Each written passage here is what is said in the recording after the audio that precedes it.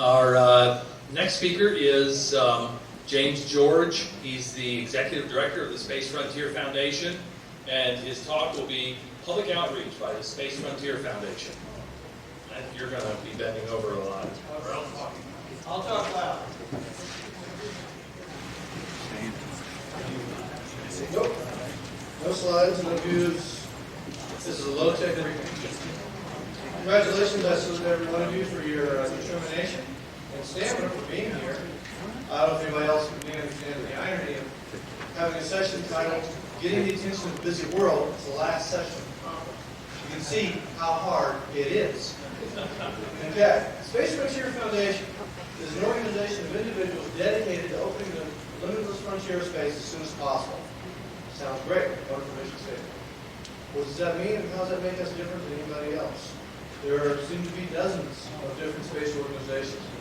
The biggest thing is the foundation does things. We work at getting things accomplished that will change the paradigm and will make us be able to all get in space. Many of you may have heard Rick Templeton's talk yesterday, Saturday, about the MirCorp. MirCorp is a direct result of a campaign launched by the Space Frontier Foundation. So that's an example of how we're different. We said just a few minutes about what we do, some of the things we're doing to get our message and people in attitude to start making changes. The foundation is very different in the fact that we really are not what I would consider primarily a membership organization. We're an organization around people that want to do things. We do have members, absolutely. But above the general member, the next level is a person called an advocate. You may have seen some people with these little pins, these little square pins that say Space Frontier Foundation. An advocate is the person that decides they want to go a little bit further. Jean Marie here is one of our advocates. And Bob Hillhouse back there is one of our recent advocates who attended our next event. The thing about advocates, they're the ones that actually do the work of the foundation. The foundation's work is centered around projects. We have 6 primary projects right now. Our main goal is cheap access to space. We abbreviate that as CATS. Now, please understand, CATS does not mean single station orbit. It doesn't necessarily mean reusable. Probably it will be reusable. The whole goal behind CATS is cheap access to space, period. Because until it's cheap for us to go, and as easy to go as it is to fly to Australia for a vacation, ain't none of us getting in orbit. So cheap access to space is our primary goal, because that's a linchpin for everything else. Then we have other projects like Return to the Moon. We believe that it is time for us to look at being able to commercially establish a human presence. Maybe it begins with teleoperated robots for mining, we don't know yet. To get back to commercially exploit the moon. People say, well, why are you talking about commerce and profit all the time? The sad truth is, put it succinctly, nobody stays until somebody pays. You can't work and live anywhere unless you can make a living. The only reason people are here in Tucson, Arizona, and calling it home, this is a place where they can live and work. So to us, space, any place in space, orbit, asteroids, Mars, moon, doesn't matter. It's a place to be, a place to work and live, not a place to do research and have a laboratory. Until humans can settle and actually make a living, there's no reason for us to really be up there. We're not going to be able to afford it. External tanks is a project that we have associated with our Alphatown concept. Our belief with Alphatown is the fact that this was established back when the International Space Station was once known as Alpha. After it was once known as Freedom. So that's a long iteration right there. But when it was Alpha, we figured, okay, they're going to build it. We have to admit, we're going to waste those billions and billions of dollars and build it eventually. So how do we make it something that's not a government public works project? How do you make it something that actually leverages human expansion into space? And our concept is Alphatown. Think about in the frontier of the American West. We had Lewis and Clark that went out there and found out what was there. Then these wild, crazy trappers and mountain men and misfits went out and started earning a living. And then their tales of what was out there started drawing other people, prospectors, farmers, folks like that. And of course, the United States government had to protect its people, so we started establishing forts. Forts became not only centers of security, but also of commerce and communications. So the thought there is, okay, you've got a space station, make it a center of growth and activity, not a center of public government experiments such as that. So that's external tanks. is an idea of taking a resource that's basically just thrown away. Instead of throwing something away, let's make it useful. Again, if you use the frontier model in your mind, I read Little House on the Prairie a long time ago as a kid. Well, I remember the girl writing talking about how one of their jobs was to catch the nails that fell down from the roof and straighten them out so their dad could reuse them. Well, if on the prairie, where you could actually live and grow your food and things like that, they didn't want to throw away something as manufactured as a nail. Why do we, in the frontier of space, want to throw something away as beautifully manufactured as an external tank? There's a lot of good pieces you can put it for. Our external project is on our website and is moving towards establishing policies that allow that to happen. Same with a concept we're calling International Space Station Authority. Once ISS is finally built, we don't want NASA to run it. We want an independent international authority to run it, similar to the same type of authority that runs every airport and every seaport on Earth. Why abandon an economic model that works just because you're 100 miles up? That makes sense to us. So that's another policy that we push towards. Space solar power. Space-based solar power is one of the most amazing technologies that has the promise of being the ultimate green power resource. The foundation actually received a $100,000 grant from NASA to begin work that will lead towards a environmental impact statement on space-based solar power. So that's a project our advocates are doing. And finally, yes, the foundation does have a Mars policy. We're not anti-Mars at all. We actually believe that human beings will live and work on Mars. We will expand there.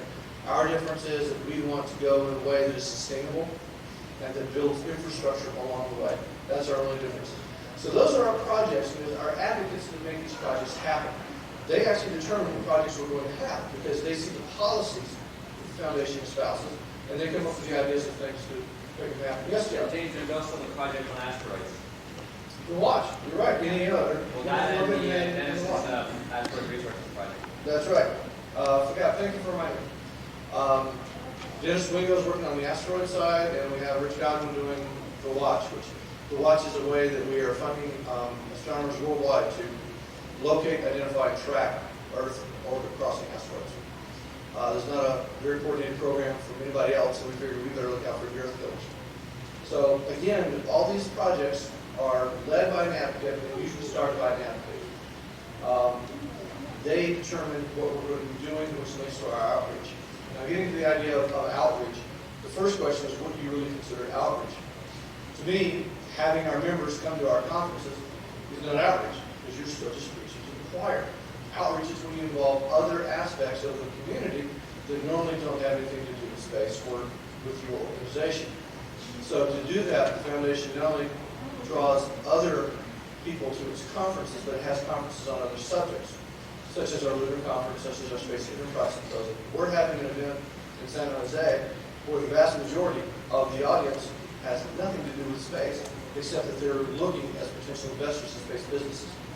So we're looking to different people, engaging different folks. Then, of course, one of our key things is we have our quarterly magazine, very similar to the fact that At Astro exists. It's a way to communicate with our members and for our members to put input into us, as well as our websites and things like that. But if any of you have been in advocacy for very long, you know that this is a tough sale. And nothing really gets across to people until there's actually activity and something going on. That's why you'll see the foundation focusing on policy, engagement on the Hill, and media engagement with people saying, hey, look, this stuff's happening. And we send out a ton of press releases, a lot of information. When we're happening, we'll be sending out more press releases about some of the business announcements with our Space Enterprise Symposium. As an example, a major computer maker is announcing at that event its agreement to place an internet server in orbit, 2 of them actually. So it will be the first company to have its web server in orbit. And what does that mean? Biggest thing is product differentiation. How many billions of dollars do people spend in advertising every year? Right now, we see that as a way of actually generating a market and having businesses succeed so that demand can be created and eventually will get us into orbit if we want. But without the beginning of the market, you have no chance, no opportunity. So we see these ways of getting the markets. So when things happen, we talk about it, We work to make things happen. On the policy side, as an example, in the second day of May, we had a roundtable in Washington, D.C., where we had OMB, we had OSTP, NASA, 4 or 5 senators' offices and their staffs, congressional aides and other staff members, as well as the major industry players, doing policy discussions on the Space Launch Initiative in the budget line item, which, of course, Republicans may have made that a good point with their decision to axe it out of the budget request, but as soon as the Democrats put it back. The idea is that the government makes spending decisions every day. We have a choice of whether to make spending decisions based on the lobbying efforts of major corporations or spending decisions based on the preferences of that particular congressman or that particular senator to be able to feed their state and their district money. Or we can have them make policy decisions with our input in there as well. So we like to put our input in there, not only things like this, but as you know, every year we have an event that we work with ProSpace called March Storm. March Storm puts between 60 and 100 space enthusiasts, individuals, true grassroots work, in front of congressional staffs to conduct briefings for a full week. I think Bob was about 250 briefings we did on Capitol Hill last year, this past one. Yeah, Bob was involved in it and enjoyed it tremendously, and I'll be able to get back into it next year too.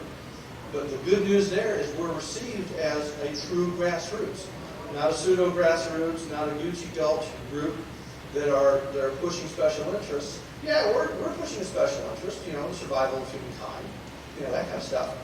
But these are true people that are voters, that are constituents, that are spending their own money to go there, that are doing the effort for a cause they believe, rather than being paid by their companies to do it. So these are some of the programs and things that we do. I don't really like to speak too long, so if there's things about the foundation or the programs we have or the projects we do that you've got questions about, feel free to ask me now, or I'll be out in front for a little bit longer. But the last thing I like to do is run people too long, because I know you've got one last person to talk about Albuquerque in 2001. I will tell you that I will be there. The foundation will be there, and I'm looking forward to that being a very great thing. Bob, could you tell them that the Albuquerque guy can go up and I'll answer anybody's questions? Yes, sir. How about just a practical one? What's your website?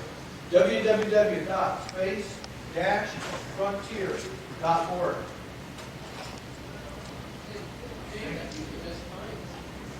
Now, FINES is not part of the Space Frontier Foundation. I'm talking about the Space Frontier Foundation. Okay, FINES was started, yes, by people within the foundation. Sorry, but that's FINES also has a website. They're the people that actually put the money behind the establishment of the airport, and that is fines-space.org. They're also the ones who are going to be putting a tether up onto Mir later this year to see if an electrodynamic tether will actually boost a several-ton space station. Should be a very good experiment. Yes, Joe, you had a question? Yeah, I was going to add that the ProSpace website, www.prospace.org.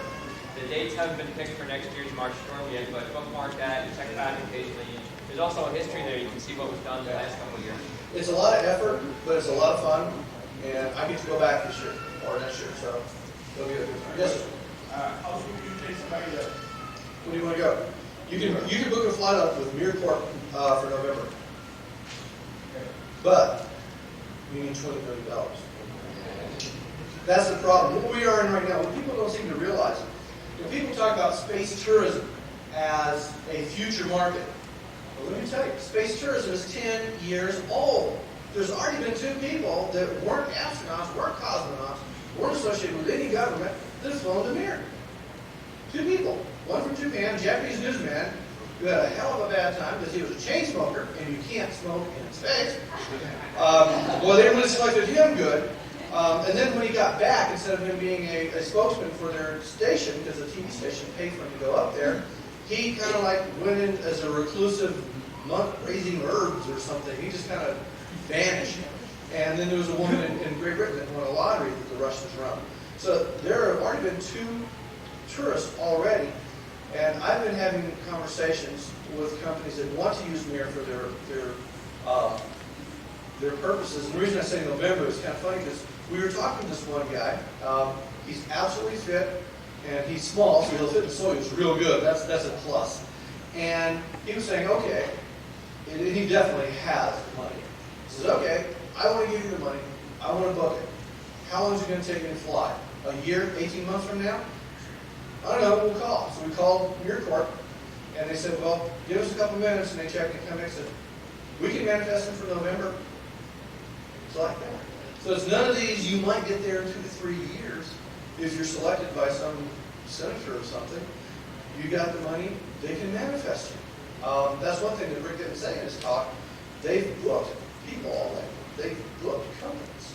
So yeah, you can fly. And people say, well, that's terrible. Only the rich get to go. Well, duh, only the rich bought TV at first. Only the rich bought camcorders at first. So any product, any service has a curve. And it starts here. The people that first adopt it are the ones that pay the most. Then, as more people adopt it, the price starts to drop. There's a significant portion of our Earth's population, not just the U.S., but our Earth's population, that to spend $20 million is nothing. It's like me maybe dropping a couple of, a few hundred, or maybe 20. But it's ego, it's experiences, it's being able to do something different. There are a significant group of people that are willing to spend this. And I know that they've already got a couple of them booked. So yeah, you can go if you've got the money. You can go next year. But I know what the price is, and I don't have that kind of money. Yes, sir. Can I ask how long your lease is good for and how much it costs? You talking about MirCorp's lease? I have no idea, but I can give you the website address for MirCorp. That information might be on there. Remember, believe it or not, there's a difference between the Space Frontier Foundation and MirCorp. MirCorp is a for-profit corporation, and we're just happy as all get out that they exist. But, I don't know their business. I don't know their customers. What we do with the foundation is that we find out in our talks that people are interested. We ask a few questions to make sure they're really interested, and we say, hey, MirCorp, here's the another one. But MirCorp's website is mirstation.com, M-I-R, station. And it might be there, it might not. I don't really know how long the lease is for, but it is an exclusive lease.